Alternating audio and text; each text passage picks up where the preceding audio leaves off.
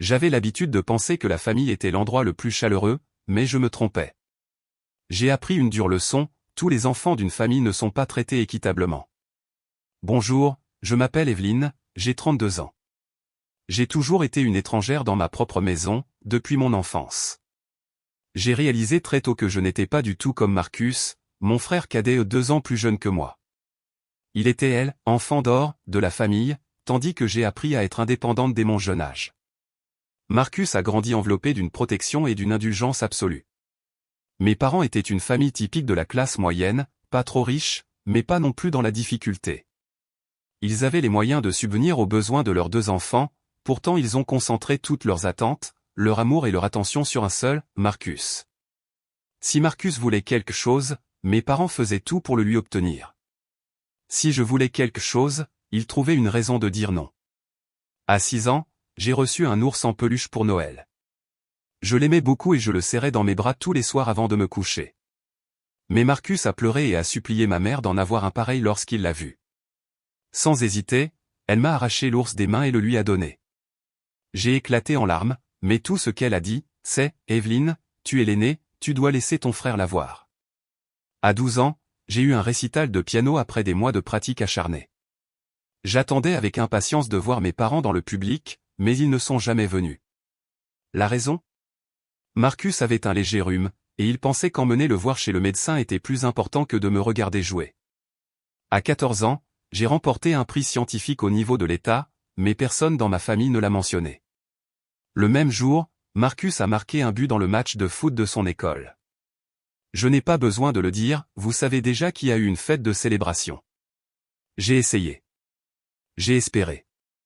Mais plus je vieillis, plus je me rends compte que, peu importe ce que je faisais bien, il ne serait jamais aussi fier de moi que de Marcus. Et puis, quelque chose s'est passé quand j'avais 18 ans qui a changé ma vie à jamais.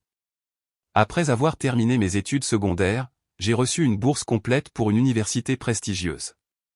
J'avais la lettre d'admission entre les mains, espérant, pour une fois, voir une pointe de fierté dans les yeux de mes parents. Mais ma mère n'a fait que soupirer, sa voix hésitante. « Evelyne, es-tu sûre de vouloir aller si loin pour faire tes études ? Notre famille n'est pas riche, et si tu pars, qui aidera ton père et moi ?» Je n'ai pas tout à fait compris sa signification jusqu'à ce que mon père parle. Marcus ira à l'université dans 2 ans, et ses frais de scolarité seront élevés. Nous pouvons nous permettre de subvenir aux besoins de vous deux. Je suis resté figé. Mais j'ai une bourse, mes frais de scolarité sont déjà couverts. Ma mère a secoué la tête. Ce ne sont que les frais de scolarité, Evelyne. Qu'en est-il des frais de subsistance, le logement, la nourriture ? Sais-tu combien il est coûteux d'être étudiant et de vivre loin de chez soi ? Et comme ça, tout en moi s'est brisé. Ils étaient prêts à tout couvrir pour Marcus, mais pour moi, seulement quelques milliers de dollars par an pour les dépenses de base et ils ont refusé. Rassemblant toute ma force, j'ai regardé mes parents droit dans les yeux. Ma voix était calme, mais ferme. Je vais prendre soin de moi. Ma bourse comprend les frais de subsistance. Si j'ai besoin de plus, je trouverai un emploi à temps partiel. Je ne demanderai pas votre argent, et je ne serai un fardeau pour personne. Le silence a envahi la pièce. Ma mère a regardé mon père comme si elle attendait qu'il proteste, mais il n'a fait que soupirer, croisant les bras. Fais ce que tu veux, sa voix était plate, dépourvue de fierté ou d'encouragement. Ma mère a également hoché la tête, son expression indifférente, comme si ce n'était rien qui valait la peine d'être discuté. Il n'y a eu ni félicitations, ni mots d'encouragement, ni tristesse que leur fille s'apprêtait à quitter la maison et à se lancer dans une toute nouvelle aventure ou juste une froide indifférence troublante. Donc, le lendemain, j'ai officiellement entamé ma nouvelle vie d'indépendance. Lorsque je suis entré à l'université, je savais que je ne pouvais compter que sur moi-même. J'ai choisi de vivre dans un dortoir pour économiser de l'argent non pas parce que j'aimais l'espace exigu, mais parce que je savais que chaque dollar que j'avais comptait. J'ai fait des études en immobilier, un domaine très concurrentiel mais plein d'opportunités. Je ne l'ai pas choisi par passion, je l'ai choisi parce que je savais que c'était le moyen le plus rapide de gagner de l'argent. Quelqu'un comme moi, qui n'avait rien, ne pouvait pas se permettre de rester assis à attendre un rêve, j'avais besoin d'un plan pratique. Grâce à une recommandation de l'école, j'ai trouvé un emploi à temps partiel dans une société de courtage. Le salaire de départ n'était que de $15 de l'heure, mais je gagnerais une commission si j'aidais à vendre ou à louer une propriété. Je me suis jeté au travail comme un papillon de nuit vers une flamme. Je n'avais aucune connexion, aucune expérience, ni aucune réputation, mais j'avais une chose que personne ne pouvait me battre, la persévérance. Alors que les autres étudiants passaient leur temps libre à traîner ou à profiter de leur jeunesse, je passais chaque moment libre à étudier le marché. J'ai appris à parler aux clients, à évaluer le potentiel d'une propriété et à comprendre la psychologie de l'acheteur. J'ai observé les agents principaux de la société, mémorisant chaque mot qu'ils disaient et chaque technique qu'ils utilisaient pour persuader les clients. La première fois que j'ai conclu une transaction de location, la sensation a été incroyable. Lorsque j'ai reçu ma première commission à $1 200, j'ai longtemps regardé mon compte bancaire. J'ai gagné beaucoup d'argent grâce à mes compétences. Pour la première fois, grâce aux revenus de mon travail à temps partiel, je pouvais subvenir à mes besoins sans me soucier des frais de subsistance. J'ai appris à gérer mes finances, à réduire les coûts inutiles et à économiser chaque dollar. Je ne voulais pas survivre, je voulais construire une base solide pour mon avenir. De temps en temps, mes parents m'appelaient pour prendre des nouvelles, mais je savais que leurs questions étaient routinières. Ils ne se souciaient pas honnêtement de la façon dont je vivais ou si j'avais des difficultés. Vas-tu bien? Tu continues à suivre tes études? Marcus a été occupé ces derniers temps, il travaille dur aussi, tu sais.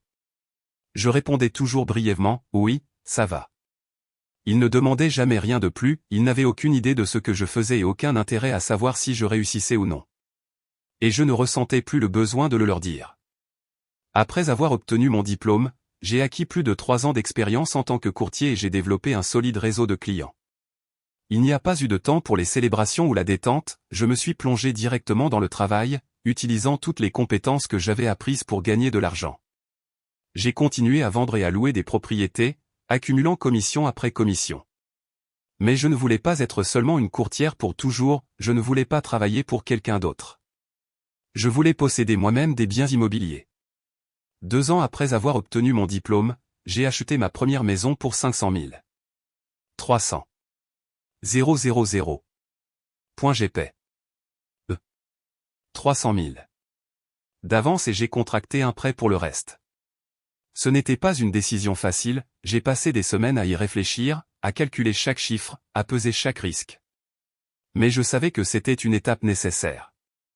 J'étais officiellement devenu propriétaire d'un actif réel. Personne dans ma famille ne le savait, je l'ai gardé secret.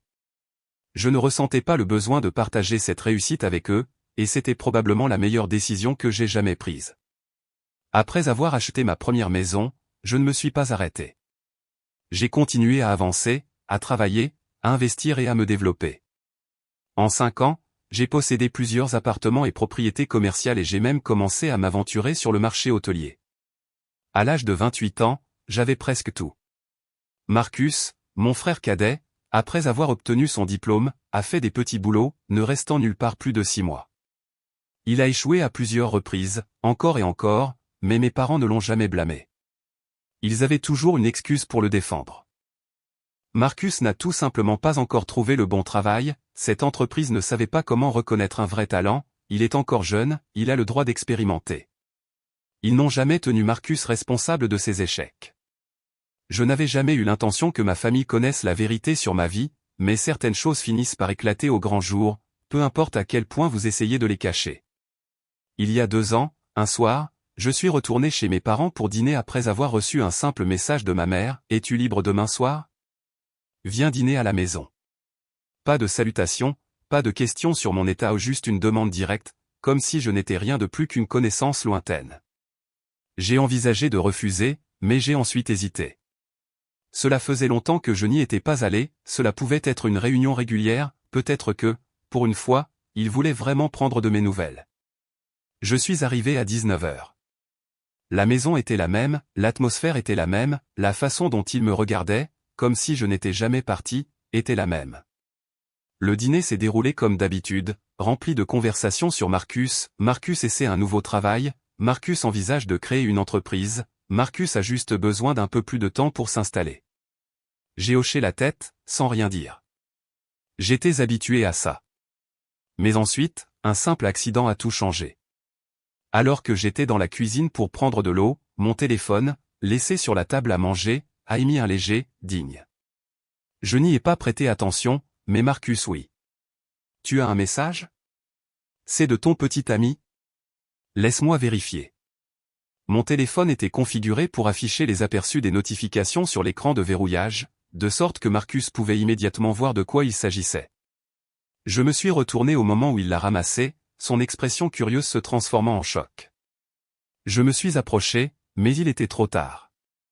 Il a levé mon téléphone et a lu la notification par courriel à haute voix, confirmation du contrat pour l'acquisition du complexe hôtelier Ilsidre Tréa. Valeur totale, 1 200 000 $. Toute la salle est restée silencieuse après que Marcus eut parlé.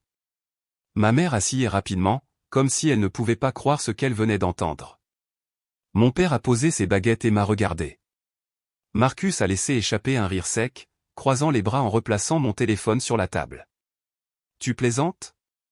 1,2 million de $? Le complexe hôtelier Ilsidre Tréa. Personne n'a dit un mot pendant plusieurs secondes. Calmement, j'ai pris mon téléphone, j'ai éteint l'écran et j'ai regardé autour de la table. Je pouvais tout voir dans leurs yeux, le choc, l'incrédulité et même une pointe de colère. Evelyne, ma mère a finalement dit, sa voix faible, est-ce vrai? J'ai reposé mon téléphone, j'ai respiré lentement et j'ai hoché la tête. Oui. Je viens d'acquérir un petit complexe hôtelier. Où as-tu eu 1,2 million de $? Le ton de mon père était vif, comme si j'avais commis un crime. J'ai serré les lèvres. Je savais quelle serait la prochaine question, et bien sûr, elle est venue de Marcus, de cette voix familière. Depuis combien de temps nous caches-tu ça? La pièce est retombée dans le silence, les seuls sons étaient le cliquetis des ustensiles contre les assiettes et le tic-tac indifférent de l'horloge murale. Posant les mains sur la table, j'ai parlé lentement. Je ne le cachais pas, personne ne m'a jamais rien demandé. Après ma réponse, la pièce est redevenue silencieuse. Personne n'a pu parler du dîner ni des sujets familiaux habituels, ils m'ont regardé comme si j'étais une étrangère qui venait d'entrer dans leur maison. 5 minutes plus tard, ma mère a été la première à parler. Sa voix était plus douce que jamais, comme si elle essayait d'apaiser un enfant. Evelyne, je n'aurais jamais imaginé que tu connaîtrais un tel succès. J'ai toujours pensé que tu avais juste un emploi de bureau ordinaire. Je n'ai rien dit, je l'ai juste regardé tranquillement. Elle a tendu la main pour me prendre la main, la tapotant doucement, un geste dont je ne me souvenais même plus de la dernière fois qu'elle l'avait fait. Ma fille est si talentueuse, mais tu n'as jamais partagé tout cela avec la famille. Si tu nous l'avais dit plus tôt, nous aurions pu t'aider à mieux gérer ta vie. J'ai subtilement retiré ma main et j'ai répondu calmement, je peux m'en sortir moi-même. Ma mère n'a rien dit, elle a souri en connaissance de cause avant de se tourner vers mon père. Que penses-tu de déménager dans une nouvelle maison? Cet endroit devient exigu maintenant que notre fille est bien partie. Il est normal de passer à quelque chose de plus adapté à son statut. Mon père a pris une gorgée de son vin, hochant la tête en signe d'accord. Oui, je pense aussi. Il y a une belle propriété de banlieue, spacieuse, avec un jardin à un peu plus de 2 millions, mais cela ne devrait pas être un problème pour Evelyne. J'ai posé mon verre sur la table, mon ton toujours calme. 2 millions de $? Ma mère a souri, les yeux pleins d'attente. C'est ça, une maison plus grande, plus confortable, avec des chambres pour tout le monde. Si nous avons des invités, nous aurions enfin un espace approprié pour les recevoir. Cette maison actuelle est bien trop petite maintenant. J'ai légèrement incliné la tête, observant son expression. Tu veux que j'achète une maison pour toute la famille? Elle m'a rapidement corrigé, sa voix douce et calculée. Pas acheter la maison serait toujours à ton nom, mais nous vivrions tous ensemble. Tu es la plus prospère de la famille, il est donc logique que tu aides un peu, n'est-ce pas? J'ai laissé échapper un petit rire sans humour. Son discours ressemblait à une présentation commerciale, comme si elle essayait de me convaincre d'investir dans une entreprise à fort potentiel. Avant que je puisse répondre, Marcus a pris la parole, sa voix calme mais pleine d'anticipation. As-tu déjà pensé à investir dans un secteur différent? Je me suis tourné pour le regarder, il était toujours penché en arrière sur sa chaise, les bras croisés, comme s'il attendait cette conversation depuis toujours. J'ai levé un sourcil. Quel secteur? Il a souri en coin, tapotant ses doigts sur la table. Les startups. Je suis restée silencieuse, attendant qu'il continue, ajustant sa posture. Il a croisé mon regard avec une confiance inébranlable. J'ai une idée d'entreprise très prometteuse. J'ai juste besoin d'un capital initial pour créer une entreprise durable. J'ai besoin d'environ 5 millions. J'ai cligné des yeux. 5 millions? Marcus a hoché la tête, tout à fait sérieux. C'est ça. Tu as de l'argent, tu pourrais accélérer le processus. Si je devais tout construire à partir de zéro, il me faudrait des années pour atteindre mes objectifs, mais avec ton investissement maintenant, je pourrais réussir beaucoup plus rapidement. En me penchant en arrière sur ma chaise, j'ai croisé les bras. Quel genre d'entreprise a besoin de 5 millions? 50. 000. Tu parlais scomusique. T'es juste 50 000. Marcus a froncé les sourcils, comme si ma question était inutile. Une start-up, bien sûr. Technologie, études de marché, finance, il y a de nombreuses orientations à prendre. Tu n'as pas besoin de t'inquiéter des détails. Non, ai-je dit. J'ai tout planifié. J'ai souri en coin. Donc, en gros, tu n'as rien, juste une idée en tête. Ses sourcils se sont froncés, clairement irrités. Tu ne me fais pas confiance? C'est une énorme opportunité. Je suis ton frère, qu'y a-t-il de mal à m'aider un peu? J'ai laissé échapper un petit rire, mais à l'intérieur, je ne ressentais que du vide. J'avais entendu cette histoire toute mon enfance. Ma mère a secoué la tête, sa patience s'épuisant. Evelyne, tu es égoïste. Ta famille a besoin de toi, et pourtant tu calcules chaque dollar avec ton frère. Mon père a insisté. Ce n'est pas un gros problème, Evelyne. Avec ta richesse, quelques centaines de milliers, ce n'est rien. Je les ai regardés, puis Marcus. Si ce n'est rien, pourquoi ne payez-vous pas vous-même? Marcus a levé les mains en signe de frustration. Parce que je ne veux pas passer toute ma vie à économiser des sous. Si j'avais un capital de démarrage, je pourrais le multiplier par 10. J'ai hoché la tête, comme si j'avais enfin compris quelque chose. Ah, donc tu veux juste un raccourci. Marcus a serré les mâchoires. Ce n'est pas un raccourci, je veux une chance équitable. J'ai ri doucement, non pas parce que c'était drôle, mais parce que j'avais entendu cette phrase 1000 fois auparavant. La voix de ma mère est devenue plus aiguë.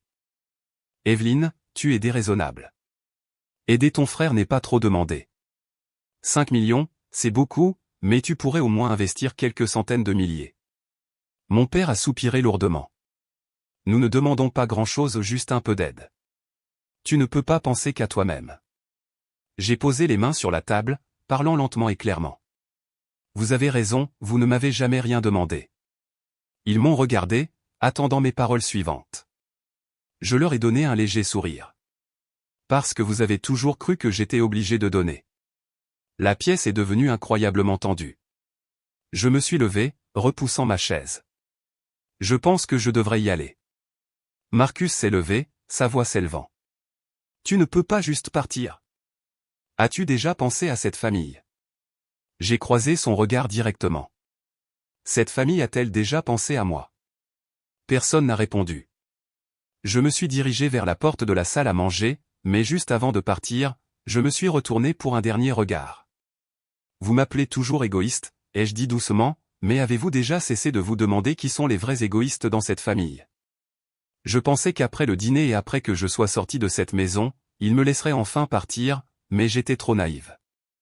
Ils n'étaient pas seulement cupides, ils étaient plus rusés et impitoyables que je ne l'aurais jamais imaginé.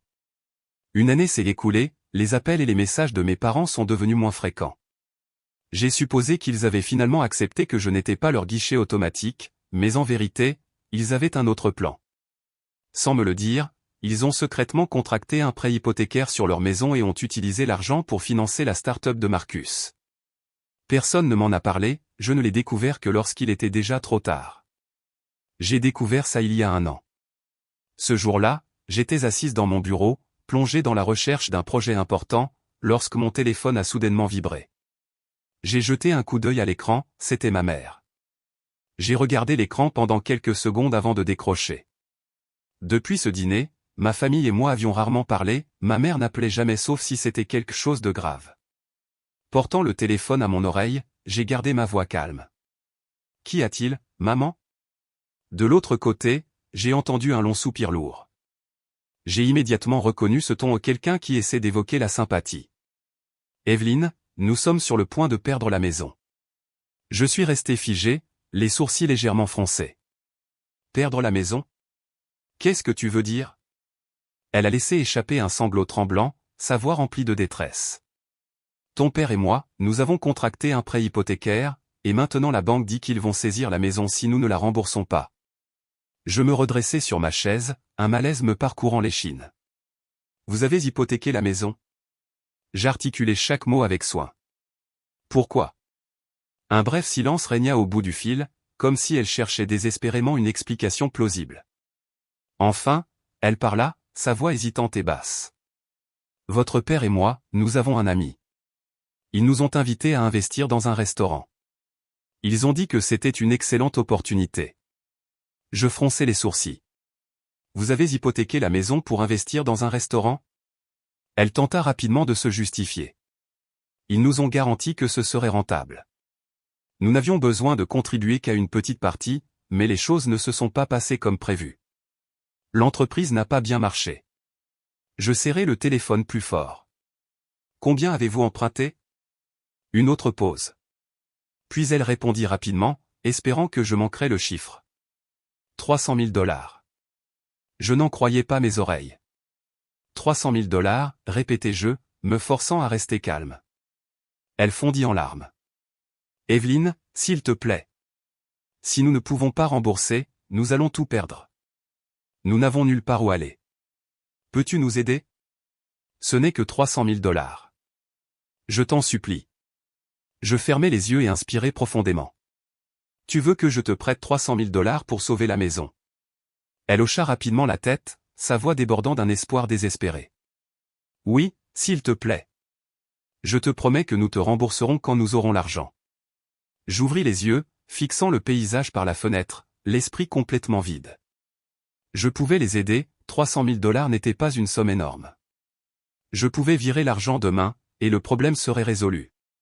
Mais quelque chose ne semblait pas correct. Je ne pouvais pas simplement leur faire confiance sur parole. J'avais besoin de temps pour réfléchir. Gardant ma voix stable, je parlais lentement. Je vais y réfléchir.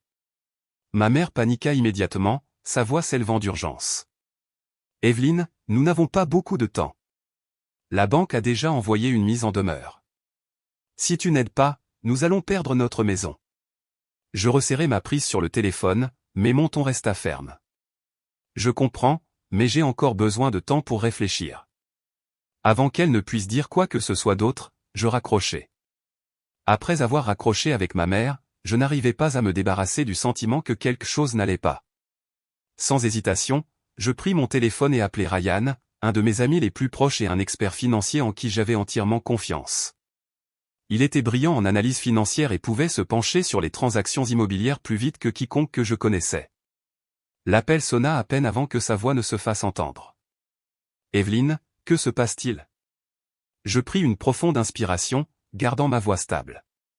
Ryan, j'ai besoin que tu vérifies la maison de mes parents. Ils disent que la banque est sur le point de la saisir, mais quelque chose ne me semble pas correct. J'ai besoin de l'historique financier complet.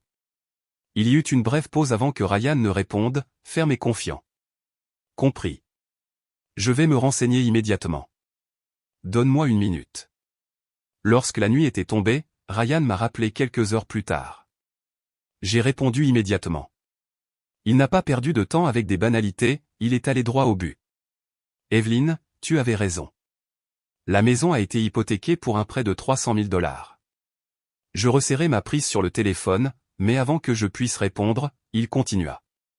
Mais il y a un gros problème. Je fronçai les sourcils. Qu'est-ce que c'est? Ryan prit une inspiration, puis parla lentement. Ce ne sont pas tes parents qui figurent sur l'hypothèque. La personne qui a signé le prêt est Marcus. Je restai figé un instant. Je ne savais pas si j'avais mal entendu. Que as-tu dit? Ryan répéta, encore plus précisément cette fois. Marcus est le propriétaire légal de la maison. Le prêt est à son nom. Je me redressai, le cœur battant. Pourquoi Marcus était-il le propriétaire? Quand mes parents ont-ils transféré la maison à son nom? Ryan hésita une seconde avant de soupirer. Cela fait 1 an, Evelyne.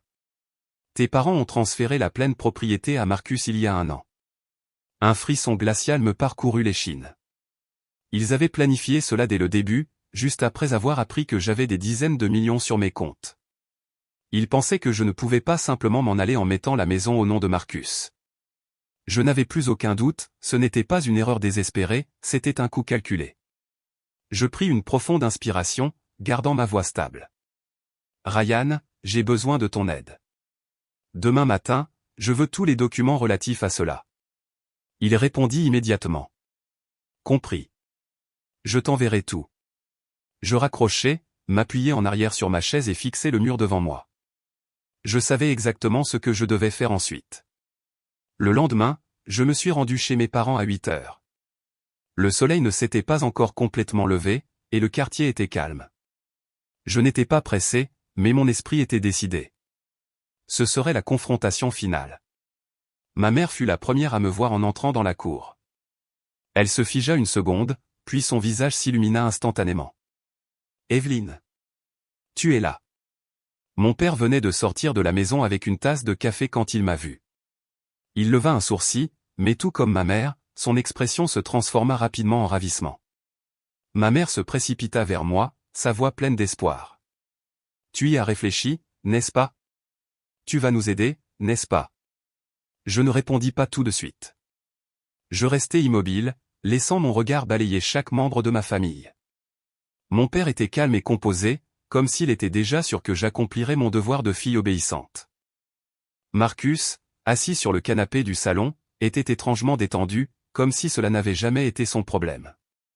Je suis entré, j'ai posé le dossier de documents sur la table basse en verre et j'ai tiré une chaise. Nous devons parler. Mes parents se regardèrent avant de s'asseoir en face de moi. Ma mère sourit doucement, comme si je rendais les choses difficiles avant d'accepter inévitablement. J'ouvris mon sac, pris une copie des documents d'hypothèque et les plaçai sur la table. Vous m'avez dit que la banque était sur le point de prendre la maison, mais en réalité, cette maison a été hypothéquée il y a 1 an, et vous l'avez transférée à Marcus avant de contracter un prêt de 300 000 $. Le sourire de ma mère se figea.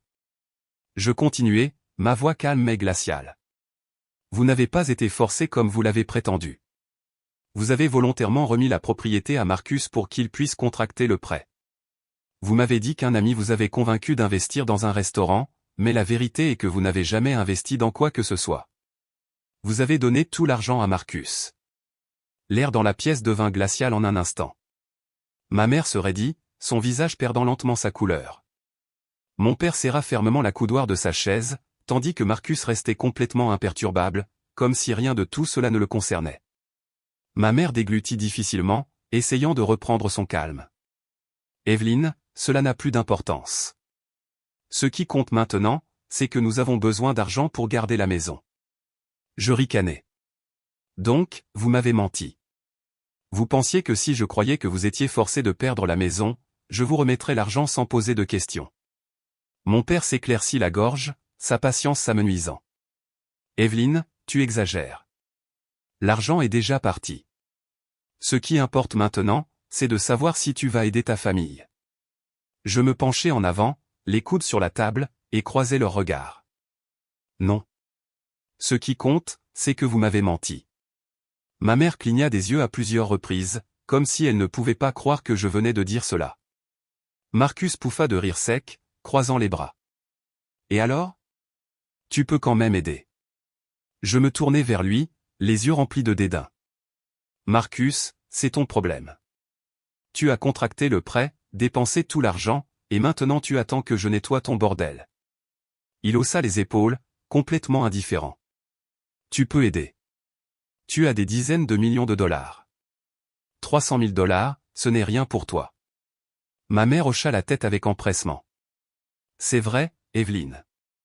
Tu peux aider. La famille est censée se soutenir mutuellement, n'est-ce pas? Je laissai échapper un court rire sans humour et croisai les bras. Famille? Où était ma famille quand j'ai dû payer mes frais de scolarité? Quand j'ai travaillé jusqu'à l'épuisement pour acheter ma première maison? Est-ce que l'un de vous m'a déjà demandé comment j'allais? Vous vous êtes inquiété quand j'ai bâti ma carrière à partir de zéro? Mon père serra la mâchoire, sa voix devenant plus froide. Evelyne, tu es égoïste.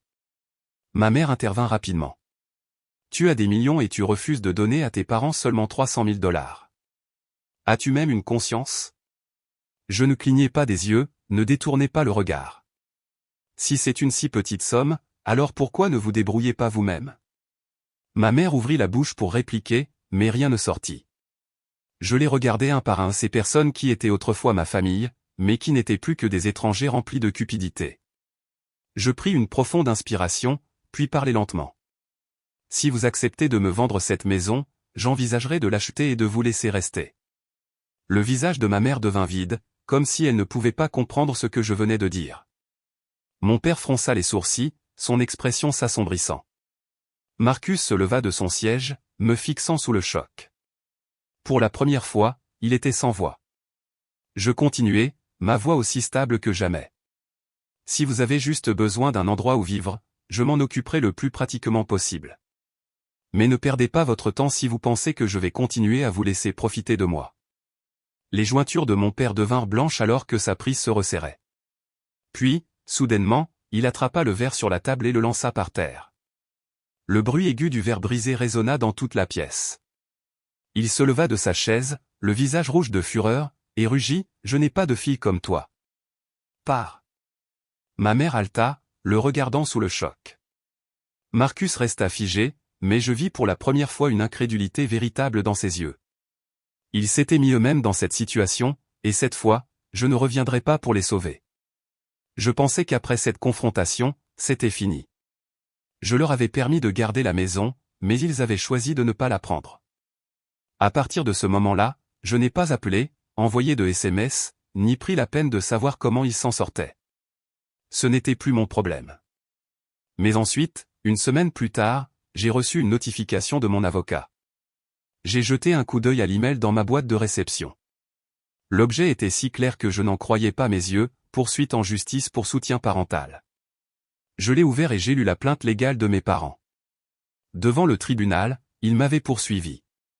Ils exigeaient que je leur verse un soutien financier mensuel parce que j'étais leur fille biologique et qu'ils avaient fait tant de sacrifices pour m'élever. Ils m'accusaient d'être ingrate et irresponsable et de les avoir abandonnés dans le besoin. Ils ont même prétendu qu'ils n'avaient ni maison, ni revenus, et que moi, leur fille, j'étais légalement obligé de prendre soin d'eux pour le reste de leur vie. Je ricanais à un sourire froid et sans humour. Étaient-ils allés jusque-là? Je pensais que leur cupidité avait des limites. Je me trompais. Ils ne voulaient pas seulement demander mon argent, ils voulaient me forcer à payer pour leurs erreurs en utilisant la loi. J'ai pris mon téléphone et j'ai composé le numéro de mon avocat. Ma voix était calme mais plus tranchante que jamais. Ils veulent une bataille juridique? Très bien. Je vais leur apprendre une leçon qu'ils n'oublieront pas. Il ne m'a pas fallu longtemps pour me préparer au procès.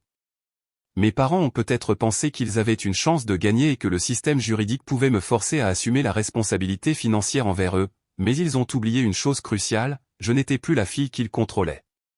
Le jour de l'audience, je suis arrivé à l'heure, entrant dans la salle d'audience avec une absolue composure. Mes parents étaient déjà assis du côté des plaignants. Ma mère avait l'air plus épuisée qu'avant, son visage tordu par le ressentiment et le chagrin. Mon père était assis droit, son regard froid et rigide. Je ne ressentais plus rien, ni colère, ni déception, ni douleur, juste un sentiment accablant de dégoût. L'avocat des plaignants a commencé par un discours dramatique et chargé d'émotions. Ils ont présenté mes parents comme des victimes âgées et impuissantes, sans nulle part où se tourner, ou des parents qui avaient sacrifié toute leur vie pour m'élever pour être ensuite abandonnés au moment de leurs plus grands besoins. Ils ont souligné que j'étais financièrement à l'aise et qu'avec ma richesse, leur fournir un soutien de 5 000 $ par mois n'était qu'une somme insignifiante. 5 000 $ par mois. Même maintenant, ils essayaient toujours de me soutirer de l'argent. Que avaient-ils prévu de faire avec l'utiliser pour des vacances? Ils ont essayé de jouer sur les émotions du tribunal, créant désespérément une image de moi comme une fille cruelle et ingrate qui avait sans cœur abandonné ses parents lorsqu'ils n'avaient plus rien. Après leur présentation, mon avocat s'est levé et a calmement exposé les faits. Mes parents avaient volontairement hypothéqué leur maison, ils avaient transféré la propriété à Marcus il y a 1 an, avec des documents signés pour le prouver. Malgré le fait d'avoir 2 enfants, ils ont choisi de tout donner à un seul. Le prêt de 300 000 $ a été contracté au nom de Marcus, cela n'avait rien à voir avec moi. Depuis que j'ai quitté la maison à 18 ans, je n'ai jamais reçu un seul centime de soutien financier de leur part. Légalement, je ne leur devais rien.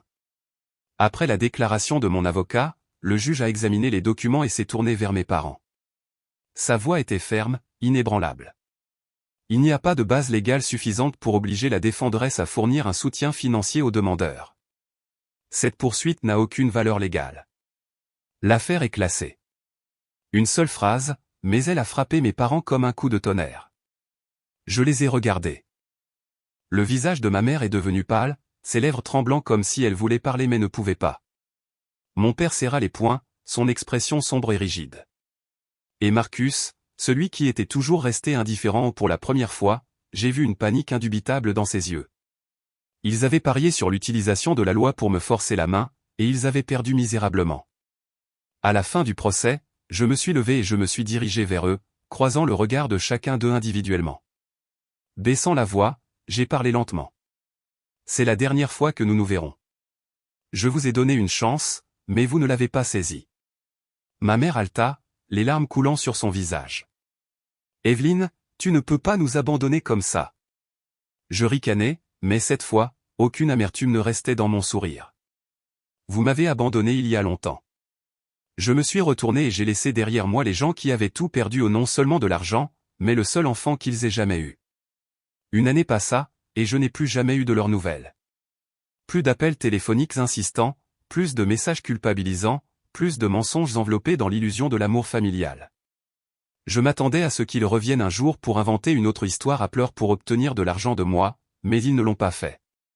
Ils ont disparu comme s'ils n'avaient jamais existé dans ma vie. Mon meilleur ami, Ryan, a été le dernier à me donner des informations à leur sujet.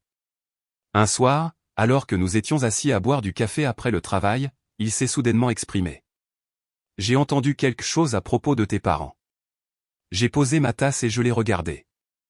Où sont-ils? Ryan secoua la tête. Personne ne sait. Après que la banque a repris la maison, ils sont partis, et personne ne les a vus depuis. Je suis restée silencieuse pendant quelques secondes, mais je n'ai rien ressenti. Aucun des parents ne sait où ils sont?